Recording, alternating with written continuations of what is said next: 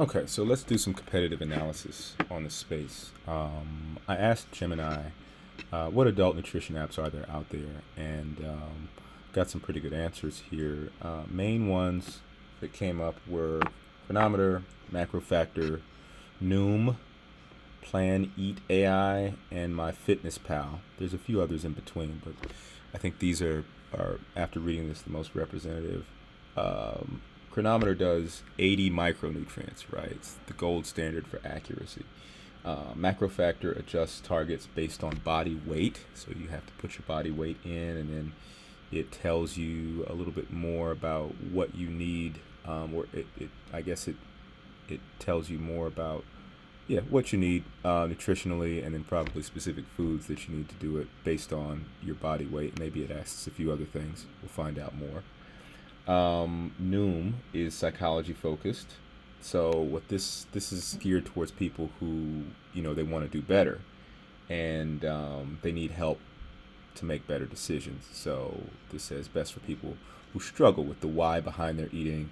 It uses daily psychology lessons and color coded food logging to encourage a more nutrient dense set of choices. And then we have Plan Eat AI, generates meal plans and grocery lists based on your needs. It's supposed to eliminate decision fatigue. And we, of course, have MyFitnessPal, which I think is the most popular. It says it's still the most popular due to its massive database. Um, and it uses what we're talking about, photo upload for meal scan. And that photo upload estimates nutrition for whatever it is that you're taking a picture of. So this is our basic summary here of what's going on in the space, which is very useful. So I asked Gemini, sure, okay, outline our estimated user totals for each. Also, let's segment them. I get that Noom is for the people who are struggling and need help. MacroFactor is for motivated people who probably go to the gym. Not sure who Chronometer is for, or what is the difference between a busy professional and people struggling. What's the difference between a motivated gym goer, MacroFactor, and a busy professional, Plan Eat AI. Also, we didn't list MyFitnessPal. What segment does it target? Where is it weak? So let's just break this prompt down for a second. We've established context in terms of what we're trying to do up here. We're trying to understand what adult nutrition apps are out there, and Gemini knows that I am looking at building a nutrition app because I've made other prompts on this account about the same thing. So we've built some context there, and then here what we do is create a combination of a descriptive prompt with with elements of definition that are designed to aim the prompt's understanding of our description. What do I mean by that? I mean that you know we're asking, so also outline the estimated user totals for each, list and segment them. We're asking it to describe something about these other apps. But then what we're saying is, I'm not sure who Chronometer is for. What we're saying here is that MacroFactor is for. We're defining what we believe MacroFactor to be based on what is essentially a summary of what AI already gave us. So what we're saying is that if this definition of MacroFactor is true, if the assertion that you made is true, let's highlight that assertion. Let's bring that to the surface in your memory. And then let's use that to guide our advancement of this discussion. So I'm not sure who Chronometer is for. Tell me more. Anytime you bring something up, particularly after a definition of something else that's parallel, so we defined MacroFactor in simpler terms or in a one sentence summary of what was given to us earlier. Anytime we do that, we can now take something that's symmetrical, another app, and say, I don't know about that. And most of the LLMs, the cloud-based LLMs that I've worked with, will immediately take that as a cue to go and provide the same quality or the same level information about this. And so, that's kind of how we use our different types of prompts to get AI to advance an idea provide more specificity on, something of equal hierarchy to something else, and then, move forward. Let's see, what else do we have here? People struggling. What's the difference between motivated gym goer, macro factor, and busy professional? Another thing you can do is you can, kind of create associations. So it never told us that a motivated gym goer is the macro factor person. But if we take some time and think ourselves, what it describes up here is something that a motivated gym goer would want. And so we just make that association. It's possible that this is wrong, right? And in some cases, an LLM will tell you, hey, motivated gym goers don't like macro factor. Actually, macro factor says it's not for motivated gym goers. But if we did, if we thought halfway about this, we'd probably discovered a pattern that is true. And we use that for further context framing. So what is the difference between a motivated gym goer and a busy professional? Also, we didn't ask about MyFitnessPal. What segment does that target? Where is it weak? So let's review the answers here. Break this down.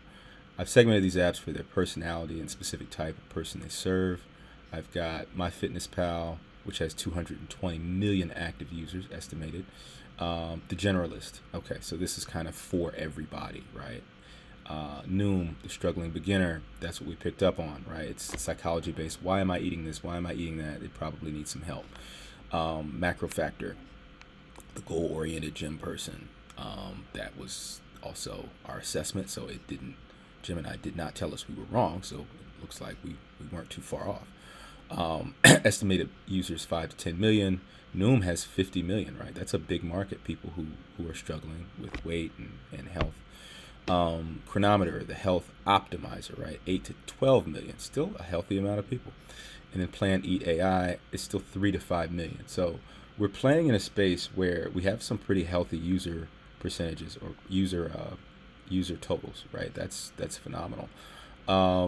Deep dive. What's the actual difference, right? So the busy professional, Plan Eat AI versus people struggling, Noom. Noom assumes you have a bad relationship with food choices. We knew that. Plan AI assumes you already know what's healthy, but you have zero time to execute. Fascinating. It doesn't teach you. It does the work for you. It generates the list. So it does not teach you. It's just there to make decisions for you. That's an important distinction. It generates the list, tells you what to buy, and provides a 15-minute recipe. Noom, the burden is willpower. On Plan Eat AI, the burden is your calendar. So motivated gym goers. Macro factor. Motivated gym goers versus the busy professional, right? Comparison. Macro factor is for people who care about body composition. They want to know exactly how much protein they need to help to keep muscle while losing fat. The app is an adherence neutral coach. So it doesn't judge if you eat a donut. It just recalibrates your next week's calories based on how your weight reacted. So it's weight focused, right? It's body composition and weight focused. It's helping people optimize what they're putting into their body and I guess what they're getting out. Definitely geared towards adults, geared towards engaged adults. Plan Eat AI is for people who care about efficiency. They don't necessarily need an algorithm to adjust their calories. They just need a meal plan that fits their dietary preferences so they don't end up ordering takeout at 8 p.m. So Plan Eat AI seems like it's convenience-oriented baseline nutrition. It's optimizing convenience. It's baseline nutrition that isn't really performance-tuned. I need to eat something that's going to get me to baseline. Macro factor is not that. Macro factor is about optimizing body composition for a specific goal, for specific goals. And I wouldn't be surprised if macro factor has some specificity or some, do you want to be a runner? Do you want to bulk? Do you just want to have more stamina and endurance? And then asks what's your weight and then starts to give you some guidance on what to put into your body to get the body composition that you need to meet your goal. Who is Chronometer for? Chronometer is for the busy is for the optimizer, not necessarily busy. Health conscious biohacker. This is the one with 80 micronutrients, right? So this checks out. If you're tracking 80 micronutrients, then you are a serious person. The health conscious biohacker, these aren't gym goers. These are people who want to know if they're deficient in magnesium, vitamin D, or zinc. That's interesting. Not necessarily gym goers, but they're details people, right? Science first crowd. Unlike MyFitnessPal, where users can upload 1 cup of chicken, Chronometer uses verified lab data.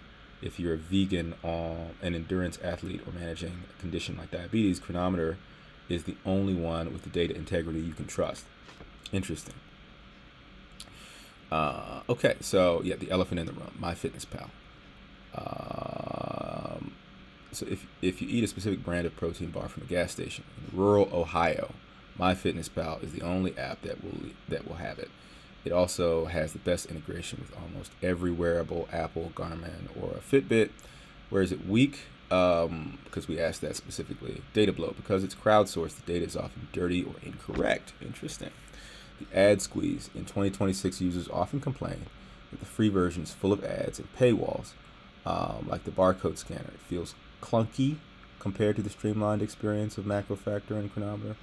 And lack of intelligence. It tells you what you ate, but it doesn't really tell you what to do next. It's a ledger, not a coach. So this is basically saying, if you want a list of things that you ate, okay, I ate this, it was good, I ate that, it was bad. But as far as helping me make a better decision, as far as why that's important, it does none of these things. Interesting. So my response, right? Interesting. So I had to pick a weakness for each of, if I had to pick a weakness for each of these, and this is a competitive analysis, right? So we have our app, our child nutrition app. And of course, the big difference is that our app is child nutrition focused. The rest of these, we're talking about tracking 80 micronutrients and putting your body weight in and scanning barcodes. These appear to be focused on adults who are tracking their nutrition. And I did, in the top of this thread, specify adult nutrition apps. We're going to get to child nutrition apps later, but, child specific comparison. But just to get a feel for what's out there, this is we can see some differences coming up already. So interesting. So if I had to pick weakness for each of these, every target segment except the strugglers and Noom is not getting choice because they don't want the time usually associated with choosing and being taught to choose. Others choose for them, but the trust is low because it doesn't quickly show them how it came up with its auto-generated choice. Right? Okay, MacroFactor tracks macros, right? So it doesn't connect the dots between micronutrients and focus or muscle explosiveness. That was another thing that, in nutrition you have macronutrients and micronutrients. This is named MacroFactor, and it's going by body weight. If you look at the interface, protein, calories, macronutrients. So I'm kind of asking or prompting AI to tell me what's going on with the difference here, or okay, MacroFactor tracks this. I'm actually prompting AI to tell me if this is right. MacroFactor tracks macros ? This is your opportunity, LLM, to say, oh no, that's just a misnomer, right? It actually tracks a whole bunch of things, but it looks like it tracks macros. It doesn't connect the dots between micronutrients and focus or muscle explosiveness. Chronometer checks micronutrients, not macronutrients. Science first crowd tend to prioritize minutia over the big picture. So they may not see their macros because they're busy tracking macros. Again, I'm egging AI on to tell me that I'm wrong. Doesn't mean that I know that this is right or that all this is true. It means that I'm presenting an idea in a thread, and AI is now incentivized. Gemini is now incentivized to say, that's not the case, or you got it right, and this is why. MyFitnessPal logs meals or scans them by barcode to track calories, but what insights does it give? How does it connect them to mind or body competencies? So Gemini comes back. You have a sharp eye for the invisible weaknesses in these business models. You're essentially pointing out the trust versus automation gap. This is our bread and butter as far as competitive analysis is concerned.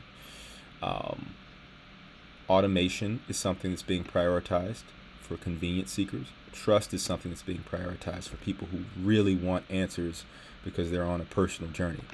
The two together don't seem to coexist. Interesting.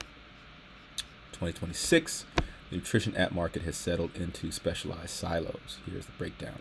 The trust gap, Plan Eat AI, low transparency. So our assessment there was right. By choosing for you to save time, it sacrifices the why. It suggests chickpea salad, and you don't know why it picked that over tuna. You don't learn the nutritional logic. If the AI hallucinates a healthy meal, that's actually high in sodium. The user rarely has the expertise to spot it. Noom, it's the schooling fatigue. Noom assumes that you have the mental energy to be a student every day. For a busy professional, being taught how to eat a grape versus a raisin feels patronizing when they just want to know what to order at a business lunch. The focus fallacy. Your assignment I can't read today. Your assessment of their focus is actually a common misconception that these apps are working hard to fix in 2026. The weakness is adherence blind for MacroFactor. So remember, MacroFactor is the one for the gym goer.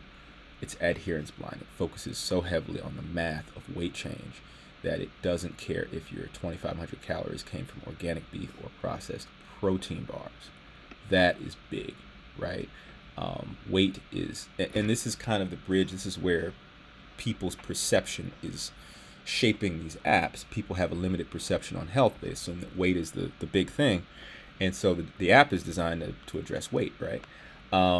But there's a big difference in eating organic beef and eating protein bars as far as your, the value of the calories that you're getting.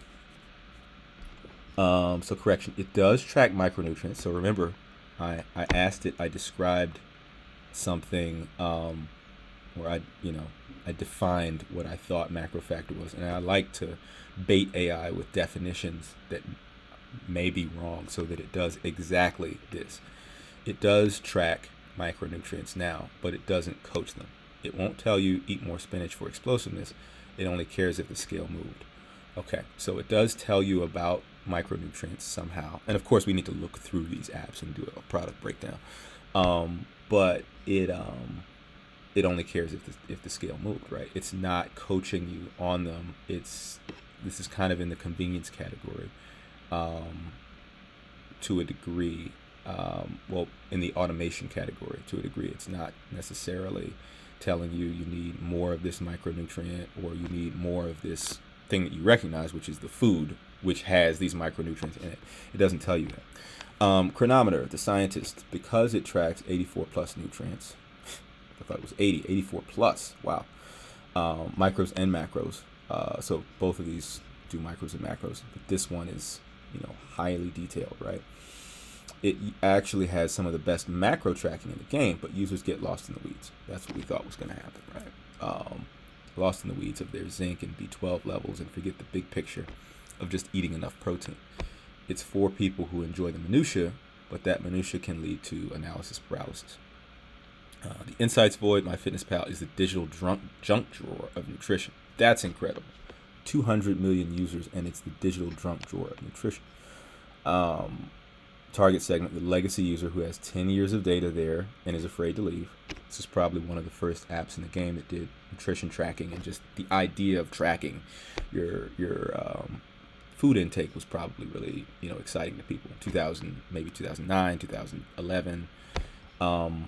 Where it fails on competencies, it is a log, not a logic engine. It tells you that you ate 500 calories of pizza. It doesn't tell you that pizza caused your sleep quality to drop 20% according to your Oura Ring. Interesting. Even though it's connected, it's integrated with these wearables, it's not giving you any insight into the behaviors that you've the inputs that you put in as far as what you ate and the outcomes that you're getting. It's not doing that. 2026 reality, while they've added AI photo scanning, they still struggle to connect the dots. It's great at telling you what happened yesterday, but terrible at telling you what to do tomorrow to feel better. So this presents an opportunity. These are a lot of weaknesses that we can take advantage of. So I'm going to ask next, how do these other apps handle goals? Describe how each one, and let's just make sure that we're great. Okay, how do these other apps handle goals? Describe how each one defines and segments goals. how it lets the user choose and how it tells the story about the goal compared to the inputs of the user. In 2026, the story these apps tell about your goals has become highly distinct. They don't just track numbers, they frame your progress through very different lenses. So Noom, the psychological hero's journey; Macrofactor, the deterministic scientist; the health auditor. Okay, and here's a summary table of the goals. I read all this, but I don't want to take you through all of this at the same time because we've already covered quite a bit of ground. But this is an idea of what the narrative style is, right? Noom is you're learning. Macrofactor is the math is adjusting. Chronometer is 100. You're 100% fueled. It's like a gauge, a multi-gauge dashboard. It's telling you about everything that's going on as far as your nutrient intake. Plan, Eat AI, your week is ready, and your week is ready, but with no explanation. And MyFitnessPal, you're on a streak because you've logged your steak today, right? So, just a history tracker. So this is where we're going to leave this right now. I see a number of opportunities for us, given the fact that we are addressing this gap, trust versus automation gap. Why are we showing our gauges that show what levels, even if they're just directional, what levels the nutrients we track are at? Because we want to show that this is actually based on real information. Automation, well, let's stick with trust for a minute. We're using that to build trust in our assertion that this meal is supporting your child's memory development, is supporting cognitive speed, is supporting your child's ability to have impulse control or emotional control, supporting mood stability. We're building that trust by showing enough detail about the nutrients that we're tracking, but we're not getting ridiculously in the weeds. Automation is, we want to tell you about something that you should do, and that's a place where our recommendation page is actually pulling quite a bit of weight and can probably be integrated to take advantage of these competitive advantage challenges or these competitive advantage opportunities a little bit better. If we can bridge the gap between trust and automation, if we can share enough information to garner trust, but do it in such a way that is convenient for casual users, right? That balance is worth its weight in gold. That's why we do competitive analysis, and that's why we work with Gemini or any LLM to do our competitive research to find these gaps more quickly.